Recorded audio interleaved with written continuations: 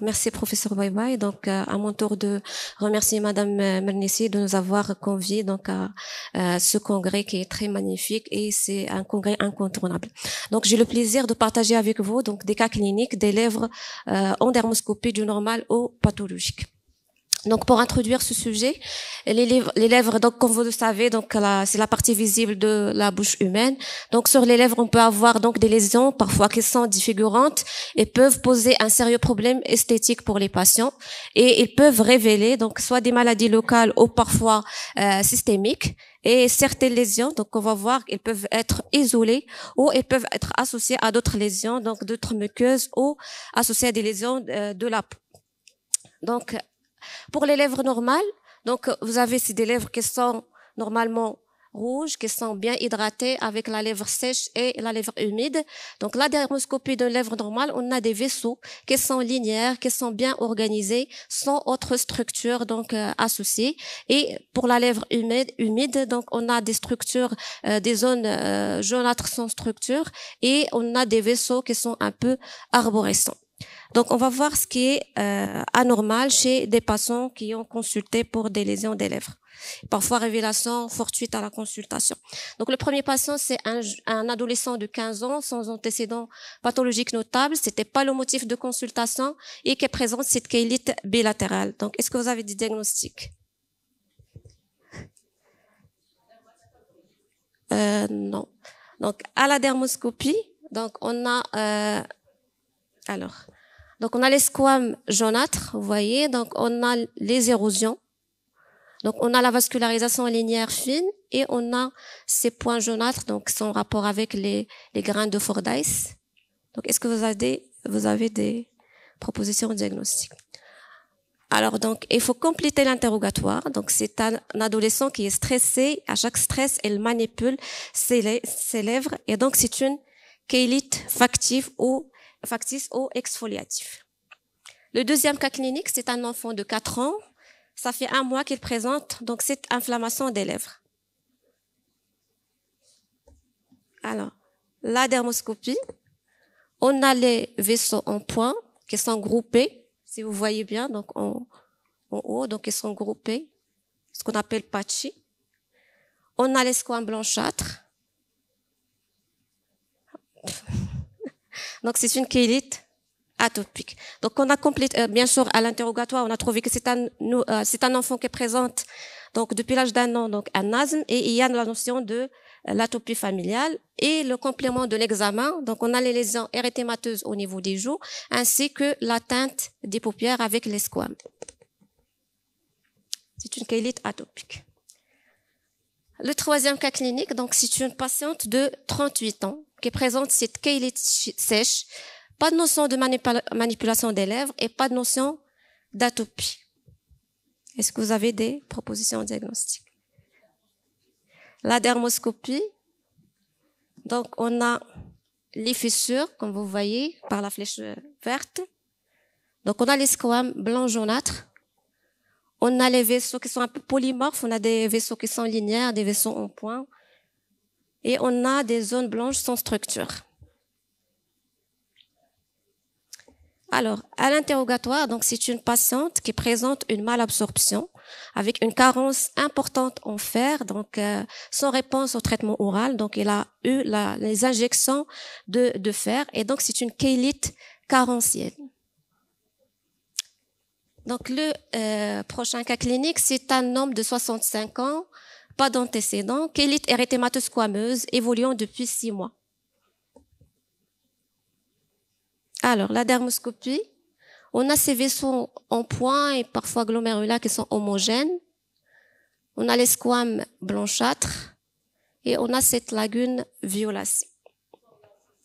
Oui, effectivement. Donc, l'examen du reste du corps, on a des plaques érythémateuses squameuses avec l'aspect typique de psoriasis, des vaisseaux en point homogènes avec les squames, et c'était une chélite psoriasique avec un lac veineux sénile. Alors, le cas clinique suivant, donc c'est un adolescent de 16 ans sans antécédent. Donc, il présente cette chélite depuis 4 ans. C'est une chélite inflammatoire traitée par dermocorticoïdes et émollients, donc avec légère amélioration. avec atteinte péribuccale. Non, non, il n'y a pas de notion de léchage. 4 ans d'évolution. Alors, la dermoscopie. Donc, on a, si vous voyez, donc on a les vaisseaux, la vascularisation qui est très homogène. Et on a ces zones, vous voyez, jaune, orangé. Donc, ça témoigne d'une chélite granulomateuse. Alors, on a fait la dermoscopie péribuccale. Vous voyez, on a la vascularisation homogène, donc aussi, et la présence des petites pustules. Donc, qu'est-ce que vous en pensez? Quelle chélite granulomateuse? Quelle est l'étiologie? Donc, c'est un adolescent qui présente, effectivement, donc qui présente des troubles digestifs. Et donc, c'est une chélite granulomateuse, probablement en rapport avec une Mickey. Donc, il est en cours de bilan. Alors, donc, pour cette femme de 36 ans, pas d'antécédents. Donc, elle a consulté pour ses plaques érythémateux violacées de dos de la main. Donc, est-ce que ces lèvres, elles sont normales ou pas, à votre avis? Alors, à la dermoscopie, vous voyez, donc, ce ne sont pas des lèvres qui sont normales. Donc, on a la vascularisation en épingle à cheveux autour des structures blanchâtres qui sont les stries de Wickham avec l'aspect radiaire. Et on a presque la même chose. Donc, les stries de Wickham sur le dos de la main, ça c'est la photo de la main, avec le fond érythémato-violacé. Et donc, c'est une chélite lichinoïde. Donc là, c'est une femme de 54 ans, diabétique sous antidiabétiques oraux, qui présente donc ses lèvres. Donc, est-ce que ce sont des lèvres normales ou pas? C'est pathologique, c'est une chélite sèche, c'est une patiente qui a consulté pour une onychomycose et on a été interpellé par ces lèvres qui sont un peu anormales. À la dermoscopie, donc vous avez, c'est à lichen, donc les stries blanchâtres radiaires, les vaisseaux en points et linéaires et les points gris-bleu. C'est une patiente avec un phototype foncé et donc c'est un lichen plan labial. Le reste de l'examen, vous voyez, il a même la teinte du corps et la teinte de cuir chevelu. Donc l'intérêt d'examiner donc le malade en totalité. Le cas d'une femme de 51 ans qui n'a pas d'antécédent particulier, elle consulte pour cette chélite sèche, érythémateuse, squameuse. Qu'est-ce que vous pensez? La dermoscopie. Donc on a les squames jaunes, des fissures, les vaisseaux en point patchy, les squames blanchâtres et le fond érythémateux. À l'interrogatoire, c'est une patiente qui avait appliqué une plante et donc c'est une chélite allergique de contact. Alors, le prochain patient, c'est un homme de 89 ans avec exposition solaire chronique qui présente cette plaque kératosique au niveau de la lèvre inférieure. Donc, on a la corne, effectivement, mais on a des vaisseaux en épingle à cheveux, l'halo blanchâtre, et donc c'était un kératoacanthome ou un carcinome épidermoïde bien différencié. Enfant de 4 ans, pas d'antécédent. Donc, quelques semaines après la naissance, elle présentait cette lésion érythémato-violacée augmentant progressivement de taille. La dermoscopie, donc on a les lagunes rouges violacées, on a les vaisseaux télangiectasiques et on a les septa fibreuses. Et donc, c'était un hémangiome infantile, vu l'histoire du patient. Donc, l'intérêt dans ces lésions vasculaires, c'est le suivi thérapeutique. Vous voyez, après le traitement, donc on a presque la disparition des lagunes. Donc, ça nous permet de prendre la décision, est-ce qu'on complète le bêta-bloquant par voie locale ou pas. Donc, enfant de 5 ans, pas d'antécédent, c'est une lésion congénitale qui prend la joue et la lèvre supérieure, c'est érythémato-violacé. Donc, vous voyez, donc on a les vaisseaux linéaires irréguliers, on a les lagunes rouges violines et on a les lagunes bleues. Donc, qu'est-ce que vous en pensez? Donc, c'est une malformation veineuse, très bien. Donc, il y a la notion donc d'augmentation de taille avec les cris. C'est une patiente qu'on a confiée au CHU de Fès pour le traitement. Donc, un jeune de 24 ans, pas d'antécédent, qui présente cette papule au niveau de la lèvre inférieure. Donc, c'est une verrue. Donc, vous avez bien appris le topo d'hier avec professeur Bye Bye. Donc, on a les vaisseaux en boucle, on a l'aspect papillomateux et c'était une verrue vulgaire. Donc, pour récapituler, les lèvres peuvent être le siège des lésions inflammatoires, des lésions vasculaires, des tumeurs bénignes et kystes et des tumeurs malignes.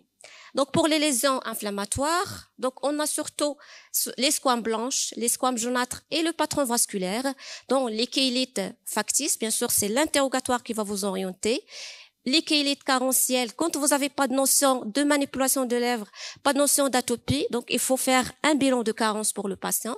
La chélite atopique, donc vous avez les vaisseaux qui sont en point et qui sont patchés avec les squames, avec bien sûr le reste de l'examen et l'histoire du patient.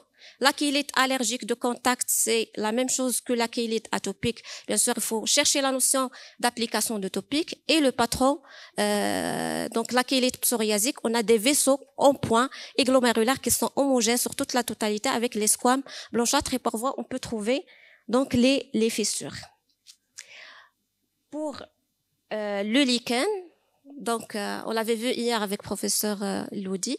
Donc on a le patron vasculaire, surtout c'est des vaisseaux qui entourent donc les traits de Wickham, et on peut avoir les points et globules pigmentés surtout dans le phototype foncé, et les squames blanchâtres également on peut les voir puisque c'est une chélite qui est sèche.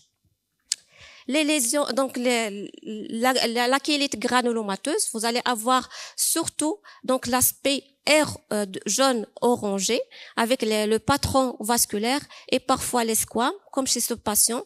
Donc on a les zones, les aires jaune orangé qui correspondent au granulome épithéloïde donc au niveau du derme, et ça permet de suivre l'évolution. Donc après traitement, vous voyez donc la régression de cet aspect jaune orangé donc après traitement de ce patient de la littérature. Pour les lésions vasculaires, donc on peut avoir un granulome pyogénique qui va être donc caractérisé par les lagunes rouges, la collerette épidermique comme vous voyez ici et les septa fibreuses. Dans le lac veineux, on a les lagunes noires violacées et un voile blanc. Et dans l'angioplan, vous pouvez avoir donc les points et globules rouges, le fond rose et parfois même un voile qui est gris-blanc. Dans les tumeurs bénignes et les kystes, donc il y a les mucocèles. Donc j'ai trouvé un article qui parle de la dermoscopie de mucocèles. Donc on va avoir ce fond rose un peu gris avec une vascularisation. Vous voyez les vaisseaux en épingle à cheveux. Ils ont trouvé également des vaisseaux en tronc d'arbre et des zones, vous voyez ici des zones blanches sans structure. Dans les verrues vulgaires, donc vous avez les vaisseaux en boucle et l'aspect papillomateux. Pour les tumeurs malignes, j'ai trouvé ce cas intéressant d'un carcinome muco-épidermoïde de la lèvre supérieure. Vous voyez la différence avec le carcinome épidermoïde, c'est surtout la localisation, donc au niveau de la lèvre inférieure pour le CE. Et on a donc la kératine jaunâtre, les zones blanches sous structure. La caractéristique entre le carcinome, pour différencier entre les deux, on a ces mottes blanches qui correspondent aux kystes, donc aux sécrétions des glandes salivaires, voilà. Et les vaisseaux en épingle à cheveux.